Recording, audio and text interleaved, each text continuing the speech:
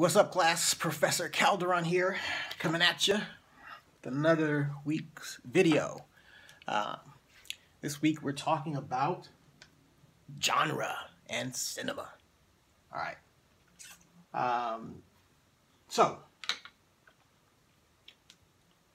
genre, excuse me, this idea of classifying film into different genres was borrowed from the French word meaning kind or type. And let me see. During the earliest years of film production, individual films were often identified by length and topic, right? With genre terms applied to films in only the loosest of fashions.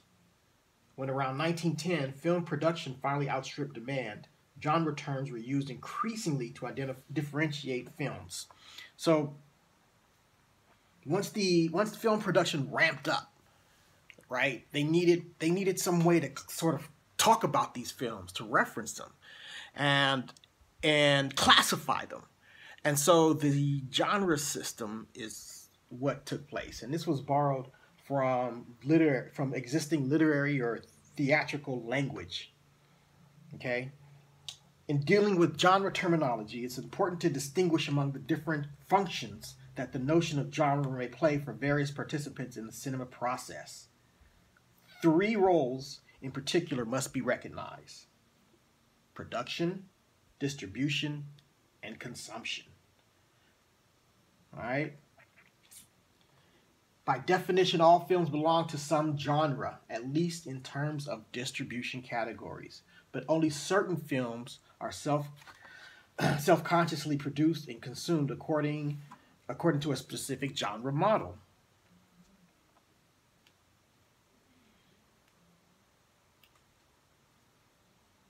So I want to extend here what you guys. I want to extend to you guys here the idea or the concept of actually classifying films into different genres. Genres have, let me back up. When people watch a film, an audience, they look for patterns. And when those patterns are repeated over and over and over again, a particular pattern of storytelling may emerge to the point where the audience will expect certain things. For example, in the genre of the Western, when people see the horses, they see the untamed West, they see the cowboys, they think Western. That's the expectation of the Western. So each genre has these different expectations that the audience has of that genre. And the film, in a sense, cinema, has to deliver its own variation, its own sort of style of telling a story within that genre. You don't have to know this part, but there's this thing in screenwriting, in Robert McKee's book, Story, he talks about the writer's imperative. And the writer's imperative kind of goes like this. There's so much content being consumed that each generation has to, it is incumbent upon the writer to come up with something new. And each generation has to define their voice. So within that, we have so much video and story being consumed that now we have the mixing of genres. You know, one film comes to mind that came out a couple years ago. It was called Warm Bodies. I don't know if you guys have seen it or not, but Warm Bodies was a mashup of two genres: the zombie genre, which is kind of new, the zombie flick, and Romeo and Juliet. So Warm Bodies was Romeo and Juliet meets zombie. Believe it or not, it was hilarious. Okay. So I'm on page 277. Growth in genre film production is usually accompanied by a shift from content-based notions of genre to genre definitions based on repeated plot motifs. Okay, so that there's that repetition, that those patterns that we look for, those plot motifs that sort of make up the genre. And then they give us a couple examples here. The Great Train Robbery, for example, was an assimilation to many other stage melodramas adapted by early filmmakers. Instead of immediately serving a model for future westerns, it first inspired a spate of crime films. Okay. Another example is, in a similar manner, it is commonly alleged that the musical burst into Hollywood's scene with the coming of sound. In fact, the films first built around entertainers and their music were not identified as musicals. Instead, the presence of music was first treated simply as a manner of presenting narrative material that had grown in its own generic affinities. During the early years of sound in Hollywood, we thus find the term musicals always used as an adjective, modifying such diverse nouns as comedy, romance, melodrama, entertainment, attraction, and dialogue and review. Even films currently considered as classics of the early musical are not labeled as musical when they first appeared. So he's talking about the evolution of the musical genre, or the genre of musical. Overall, when genres gain coherence and win audiences, their influence in all aspects of the cinema experience grows. For production teams, generic norms provide a welcome template, facilitating rapid delivery of quality film products. Screenwriters increasingly conceive their efforts in relation to the plot formulas and character types associated with particular genres. So the genres gives the filmmaker something to sort of work with as a loose sort of ideation of a template. And I say a loose ideation because you don't want one movie to look like the next movie to look like the next movie. It can be influenced by or inspired by, but you don't want it to, look exactly like it. But and they do that by satisfying the expectations within the genre. Okay. Distribution and exhibition are also heavily affected by the constitution of generic norms. Instead of considering each spectator as an individual, exhibitors conceptualize spectators in batches, thanks to the demonstrable audience fidelity to a specific genre. So they know that the audience is expecting a certain thing. So the exhibitors and the distribution can satisfy that expectation of a group, as opposed to satisfying the expectation of the individual. Okay? For audiences, I'm on page 279. For audiences, generic norms offer the comfort of simplified decision-making process. Thanks to generic shorthand, spectators take quite specific expectations to genre film viewing. While the generic audience is often considered rather simple-minded, regularly repeating familiar rituals, it is only through the added level of generic expectations that the most complex viewing patterns can be established, along with the complicated and frustrated generic expectation. That's a lot. This is why many film movements have based their productions on implicit generic norms.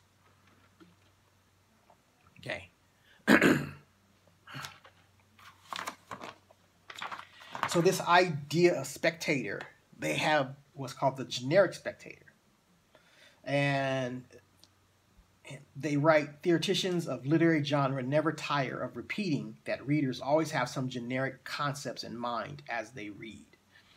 See, so we have these concepts, these ideas already sort of implanted in us about the genres, and each various genres, like the crime genre, the musical, the murder, the horror. We have these expectations, and the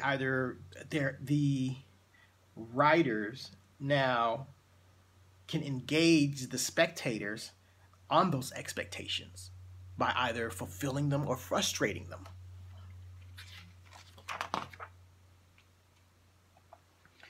As Hollywood's size and world influence grew with the transition to sound, generic categories and generic codifications took on new importance. Throughout the 1920s, adherence to genre norms was regularly sacrificed to idiosyncrasies of European directors like Lubitsch, Marnu, and Stroheim, to zany comedians like Chaplin, Keaton, Langdon, Lloyd, and Normand, and to superstar directors like D.W. Griffith and DeMille, who could follow their own inclinations. Okay. With few exceptions, studio financing required that the standardized products roll off the product line in a regular, predictable basis. Okay, so the studio system depended on this like conveyor belt with movies coming off of it on a regular basis. So with the genres, that made it easier for them. Executives of every studio shared the assumption that successful films were not the product of individual genius, but an innovative adherence to general formulas. Every successful film might thus potentially generate a new generic model. Okay? Again, I'm not reading everything.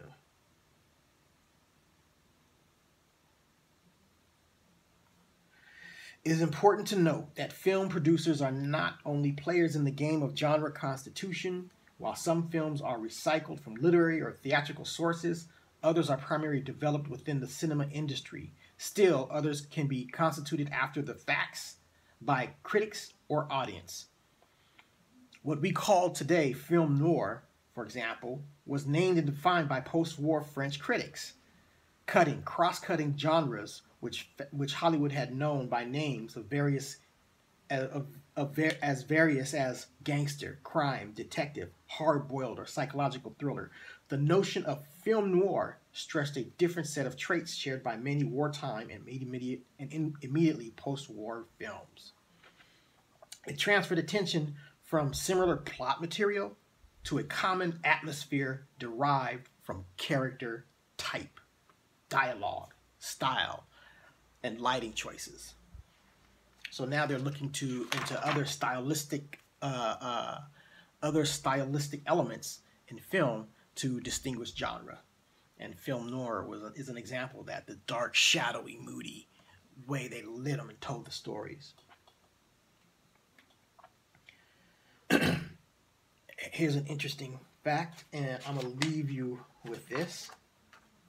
It has often been suggested, following the French anthropologist Claude Lévi-Strauss, that genres serve a ritual purpose, providing a repeated imagery solutions to the questions raised by society's constitutive contradictions. Okay, so we look at it as ritual, and the ritual is nothing but repeating something over and over and over again, and then you have, I guess, a set of ideas or beliefs behind that ritual. So he's saying that this idea of genre and watching these repeated story motifs over and over again, gives us a sense of ritual, story ritual. And it satisfies that need in ourselves as human beings. All right, short chapter this week. Get your essays done.